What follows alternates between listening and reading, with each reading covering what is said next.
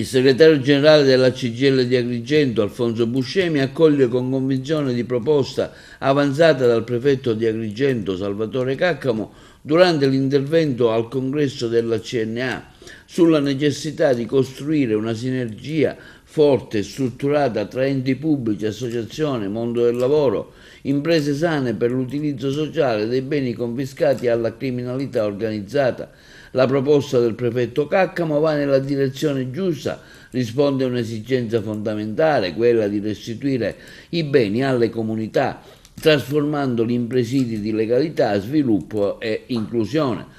Il dichiarato Buscemi continua affermando la CGIL di Agrigento la fa propria e si impegna a rilanciarla con forza all'interno dei tavoli istituzionali e sociali in cui è presente.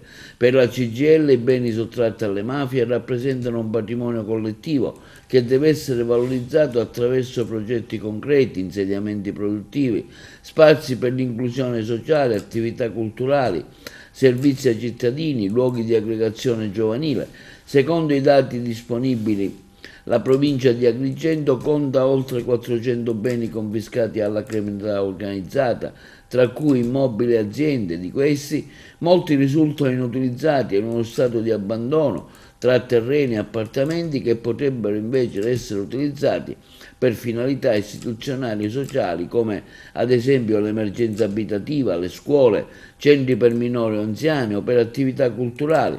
Tuttavia molti di questi non sono ancora stati restituiti alla collettività a causa di ritardi burocratici e mancanza di progettualità.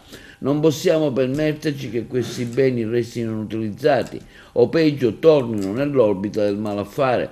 Servono volontà politica, strumenti operativi rapidi e un'alleanza ampia tra le istituzioni, i sindacati, le associazioni del terzo settore, imprese etiche, ha aggiunto Buscemi. Come CGIL siamo pronti a fare la nostra parte, anche il coinvolgimento diretto dei lavoratori e delle cooperative sociali.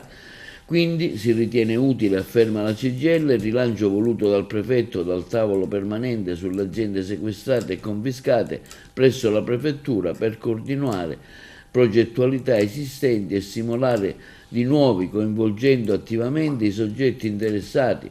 Costruire legalità significa dare opportunità e lavoro vero, e questa è la sfida che abbiamo davanti: trasformare ciò che è stato simbolo di oppressione mafiosa in uno strumento di rinascita e dignità per il nostro territorio attraverso la legge 109/96, conclude nel suo intervento il segretario provinciale della CGIL Alfonso Buscemi.